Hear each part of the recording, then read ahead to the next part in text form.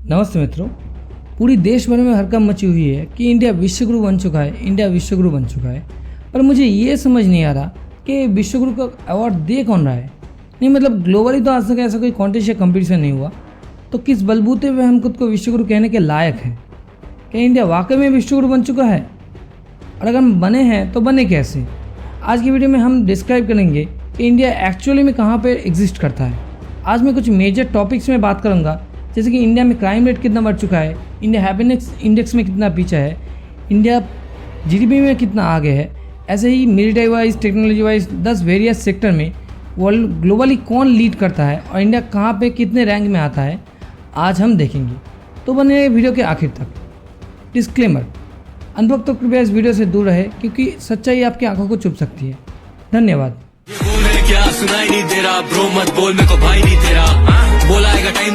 Number 1, world happiness index. World के 147 countries को लेके एक हैप्पीनेस इंडेक्स बनाया जाता है।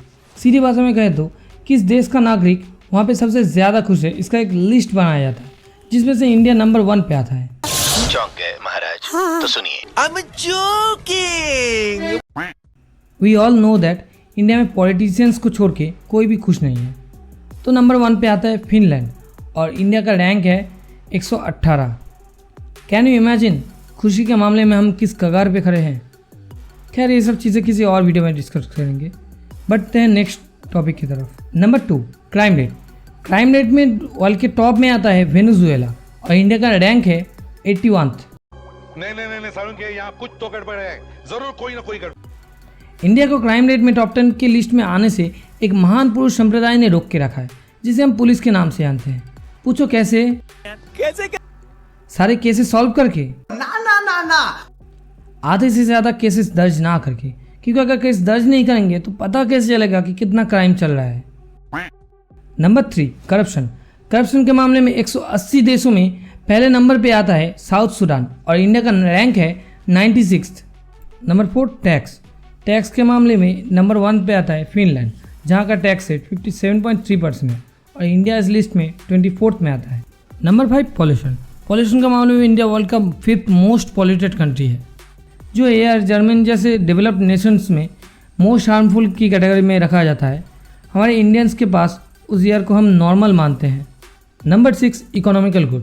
इकोनॉमिकल ग्रोथ में वर्ल्ड के टॉप में आता है गुयाना, जहाँ का जीडीपी ग्रोथ रेट 33.2%। वहीं पे इंडिया 6.2% जीडीपी ग्रोथ रेट के साथ 21 रैंक पे आता है। Number 7, GDP. सभी को पता है अमेरिका जीडीपी के मामले में वर्ल्ड के टॉप में आता है। अमेरिका का जीडीपी है $30.34 ट्रिलियन। वहीं पे इंडिया 5th रैंक में आता है। इंडिया का जीडीपी है $4.27 ट्रिलियन। Number 8, defence system. जहाँ पे पॉपुलेशन के मामले में इंडिया में दुनिया के सबसे ज़्यादा लोग रहते हैं, वहीं पे डिफेंस के मामले में इंडिया ग्लोबली 4th में आता है। नंबर 1 पे we all know that United State of America, क्योंकि ऑब्वियसली उनके पास अंधा पैसा है। यूएसए दुनिया के हर बड़े देशों को इंक्लूडिंग इंडिया अपने बनाए हुए पुराने डिफेंस सिस्टम, जो कि उन्होंने 10-20 साल पहले यूज़ करके फेंक दिया है, उन्हें बेचती है और हम बेशर्मों की तरह खरीदते भी हैं। अगर हम करें तो करें क्या, बोले तो बोले क्या? क्योंकि यूएसए अपने डिफेंस के रिसर्च एंड डेवलपमेंट में मिलियंस ऑफ डॉलर्स खर्च करते हैं। प्रोबेबली दुनिया के आधे से ज़्यादा देशों की जीडीपी से भी ज़्यादा यूएसए अपने डिफेंस बजट में खर्च करते हैं। लास्ट ईयर यूएसए ने अपने डिफेंस में $997 बिलियन खर्च किए थे। वहीं पे इंडिया का इस साल का डिफेंस बजट है $74 बिलियन। इंडिया डिफेंस के मामले में सबसे ज़्यादा मिलिट्री में लोग होने के बावजूद भी नंबर 4th में आता है।